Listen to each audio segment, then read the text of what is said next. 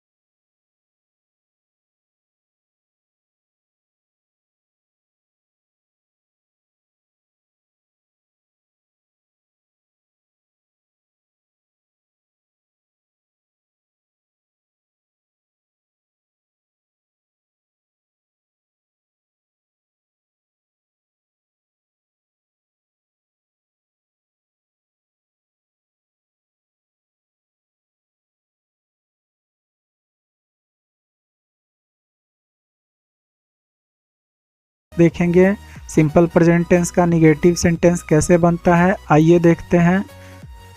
तो सबसे पहले जो है इसका स्ट्रक्चर जो बहुत ही इम्पोर्टेंट है, इसको समझने का प्रयास कीजिएगा। सब्जेक्ट प्लस डोंट या doesn't plus V1 plus other word. और हाँ, इससे जो है एक और बात कहूँगा कि इसके नीचे जो लिखा हुआ है इस स्ट्रक्चर के ही, सी, इट, एनी नेम तथा सिंगुलर सब्जेक्ट के साथ डजंट का प्रयोग करते हैं, आई, वी, यू, दे तथा प्लूरल सब्जेक्ट के साथ डोंट का प्रयोग करते हैं। इसे हमेशा याद रखें ताकि आपको ट्रांसलेशन बनाने में किसी भी प्रकार की कोई गलती, कोई मिस्टेक ना हो सके। चलिए उदाहरण के साथ देखते हैं। वह पत्र नहीं लिखता है, यहाँ वह का ही और ही के साथ नहीं आया है तो हम डजंट का प्रयोग करेंगे। वर्ब हमारा लिखता है तो इसके लिए राइट, और पत्र गिन सकते हैं इसलिए ए का प्रयोग करते हुए पत्र का अंग्रेजी लिखेंगे लेटर। तो ये हमारा बन गया he doesn't write a letter. उसके बाद अगला सेंटेंस देखते हैं उदाहरण के लिए, वे लोग चाय नहीं पीते हैं, तो इसको हम बनाएंगे they don't take tea, they don't take tea. इसके बाद जो है अगला उदाहरण देखते हैं, वह गीत नहीं गाती है, यहाँ वह स्त्री के लिए प्रयोग किया गया है इसलिए सी का प्रयोग करेंगे और सी के साथ डजंट का प्रयोग करेंगे तो हमारा ट्रांसलेशन बन जाएगा she doesn't sing a song, she doesn't sing a song, वह गीत नहीं गाती है, सी डजंट सिंग ए सॉन्ग।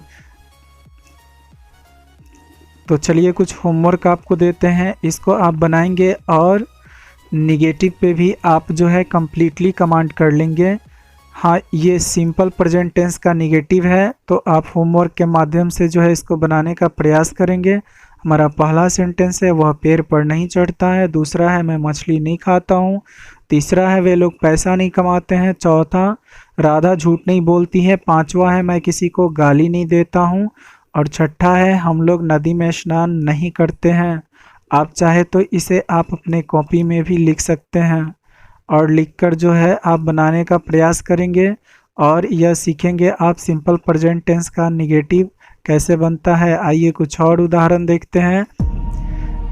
वह दही नहीं खाती है। तुम किसी को धोखा नहीं देते हो। वे लोग मुझे नहीं जानते हैं। हम लोग सुबह में नहीं टहलते हैं।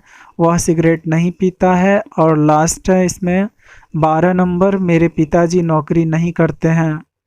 इन सब को बनाकर आप प्रैक्टिस करेंगे और प्रैक्टिस करके आप सीखेंगे और समझेंगे सिंपल प्रेजेंट टेंस का निगेटिव जो है कैसे बनता है।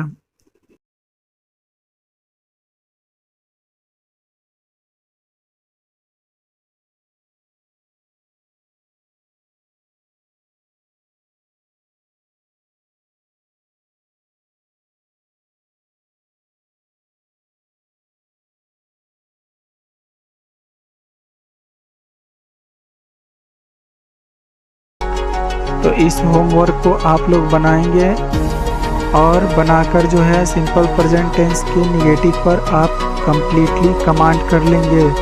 अपने मन से भी कुछ एग्जाम्पल देखेंगे और बनाएंगे। चलिए इंट्रोगेटिव देखते हैं। इसका स्ट्रक्चर होता है डू या does plus subject plus V1 plus object.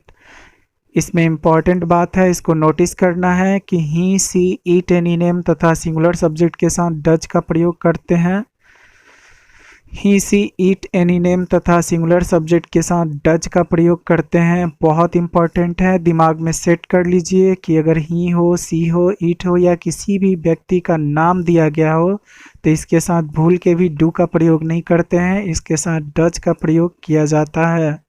Singular subject के साथ हमेशा डज का प्रयोग किया जाता है। तो हम जैसे ही इंट्रोगेटिव शुरू करेंगे तो अपने दिमाग में सेट कर लेंगे कि डू कहाँ लगेगा और डज कहाँ लगेगा। आई, वी, यू, दे तथा प्लूरल सब्जेक्ट के साथ डू का प्रयोग करते हैं। तो आई, वी, यू, दे तथा प्लूरल सब्जेक्ट के साथ डू का प्रयोग करते हैं। अगर आप इसको ध्यान में रखते हैं तो आपसे कोई भी गलती नहीं होगा और आप स्ट्रक्चर को फॉलो करते हुए आप हिंदी से अंग्रेजी आसानी से बना सकते हैं।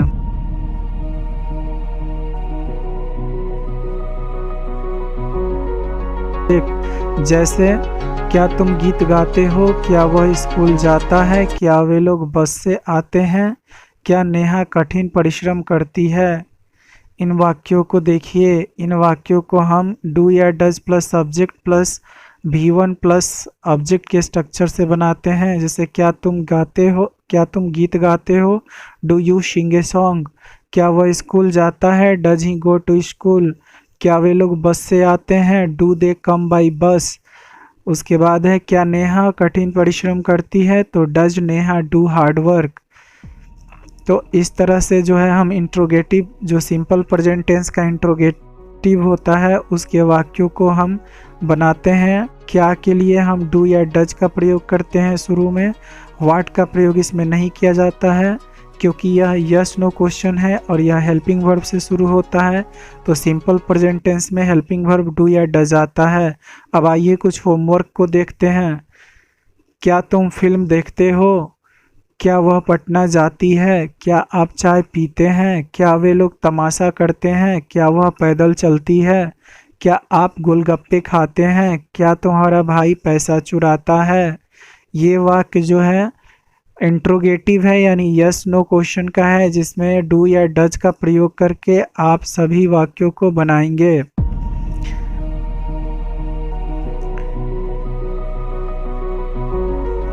इसके बाद है क्या तुम मुझे जानते हो, क्या वह दिल्ली में रहती है, क्या राहुल अंग्रेजी सीखता है, क्या वे लोग अकेले रहते हैं, क्या वह तुम्हें धमकी देता है, क्या तुम्हारे घर वाले तुम्हें पीटते हैं, क्या वे लोग बहाना बनाते हैं। इन सभी वाक्यों को डू या डज से शुरू करके बनाएंगे जैसा कि स्ट्रक्चर में बताया गया है। क्या के लिए या तो हम डू या फिर डज का प्रयोग करते हैं, यह सब्जेक्ट पे डिपेंड करता है।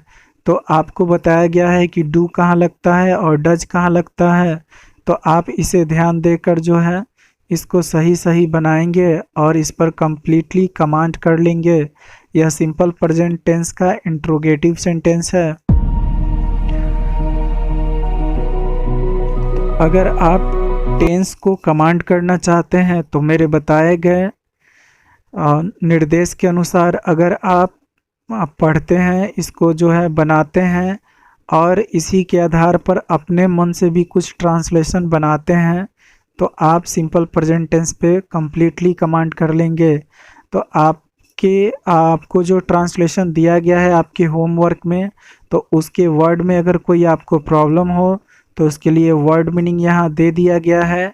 इसे ध्यान से देखें, इसे याद कर लें और इसका हेल्प लेकर ट्रांसलेशन को कंप्लीट कर लें और सिंपल प्रेजेंट टेंस का अफर्मेटिव, निगेटिव और इंट्रोगेटिव इन तीनों पे आप कमांड कर ले। अगर आपको किसी प्रकार का कोई दिक्कत हो रहा हो तो आप मुझे कमेंट में बताएंगे,